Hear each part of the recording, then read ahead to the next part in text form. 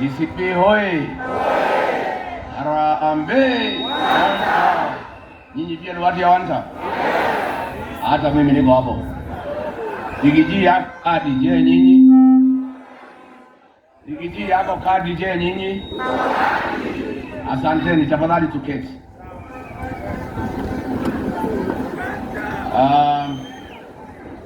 Good people,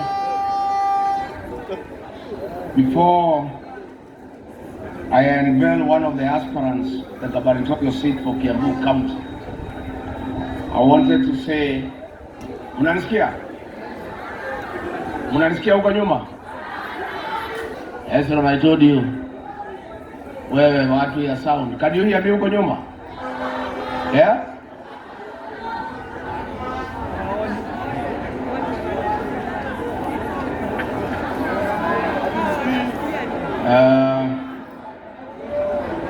Before we embark on the task ahead of us,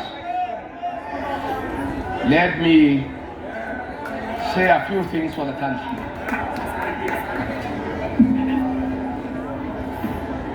As Kenyan leaders and Kenyan people, we are concerned about matters territorial integrity and the security of our nation.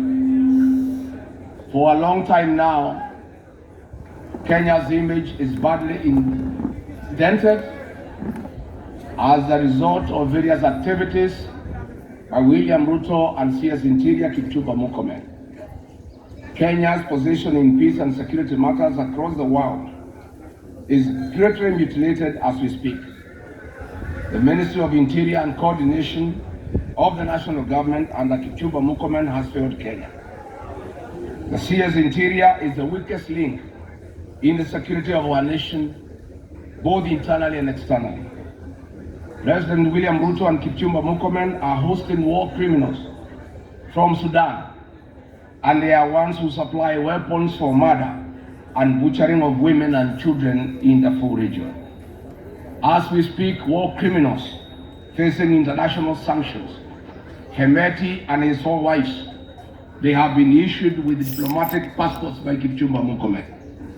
That warlord who has international sanctions has been given a home in Ruda with his 4 wives that is guarded by the General Service Unit.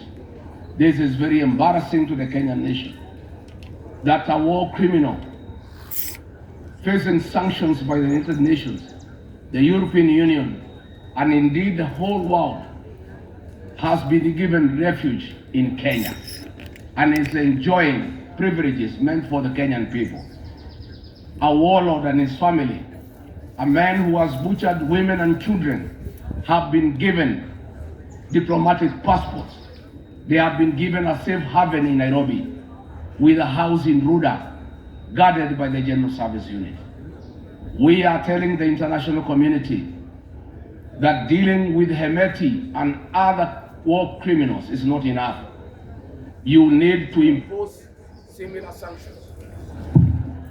You need to impose similar sanctions to CS Kipchumba Murkomen so that he cannot travel outside Kenya, because he is the one giving diplomatic passport and giving safe haven to international criminals in Kenya. Number 2, as we go towards the general election, William Ruto and his people, sensing defeat, have decided to have selective issuance of IDs. Areas perceived to be against William Ruto, our young people are being denied IDs. In Nakuru, communities that support William Ruto are being issued IDs within 2 or 3 days, and chiefs from those communities are collecting the IDs and taking them home to the young people. Communities perceived to be against William Ruto are taking between 3 to 4 months for their IDs to be processed. We want to call on William Ruto and the government to stop selective issuance of IDs. They should stop discrimination. All Kenyan children deserve IDs, whether they support or oppose William Ruto. And we are putting the registrar of persons on notice. If this discrimination does not stop, we shall request our young people, the Gen Zs, to occupy the registration centers, the Huduma centers, and your offices.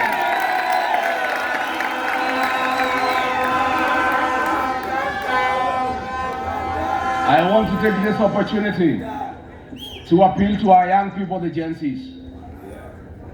The people of Kenya are looking upon you to liberate this country because you are fearless and you are tribeless and you cannot be manipulated and bribed by William Ruto. I want to ask the Gen Zs, my sons and daughters, my grandchildren, Kenya, our motherland, looks upon you to save this country. You are the only vote that we know that cannot be compromised. I want to commend you for what you have done so far, creating awareness among the people of Kenya through the smartphone. But I want to appeal to you, my children, that the real transformation of this country will take place on the ballot box. And the tools of change that you need is the ID and the vote. I want to ask all the Gen Zs in the remaining 9 days to come out in millions and register as voters so that next year you can lead all of us because we trust you. We believe in you. You cannot be compromised. You are steadfast. You lead us into getting the real transformation of the Republic of Kenya by making William Ruto one term and getting new leadership in this country.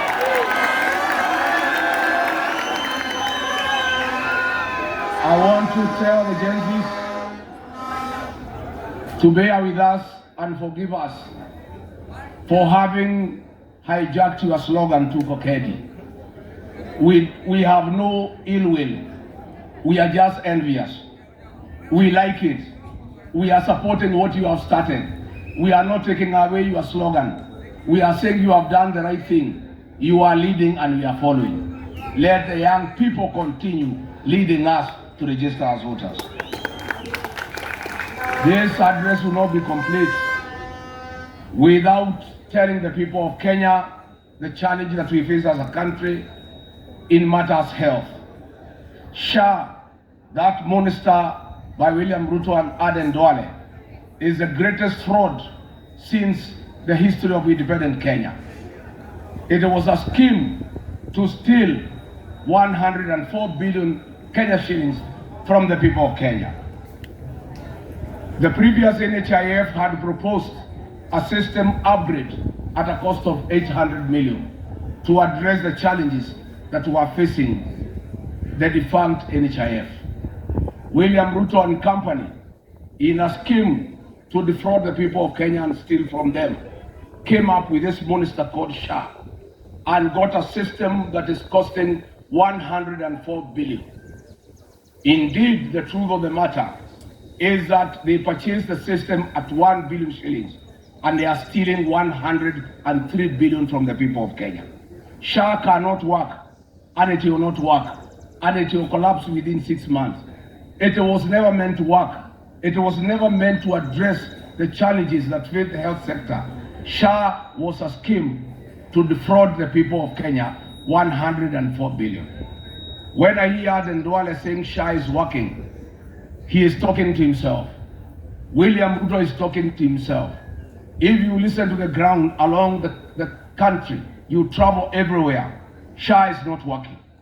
As we speak today, our teachers are in turmoil. They are in anguish. They were removed from a very good, comprehensive insurance scheme by Minet and taken to SHA. Their daily usage has been capped at 1,200. There is no hospital in Kenya where anybody can get any medical attention at a cost of 1,200. Even basic consultation in medium and small hospitals is 3,000 per visit. The teachers are in trouble. The previous insurance scheme was providing for them last expenses. In case a teacher passes on, there was money for the funeral. That is not provided by SHA. The leadership of the two unions, NAT and KUPPET, have been compromised by Ruto and Duale and taken our teachers, our professionals, into SHA that is not working. Many teachers have talked to me.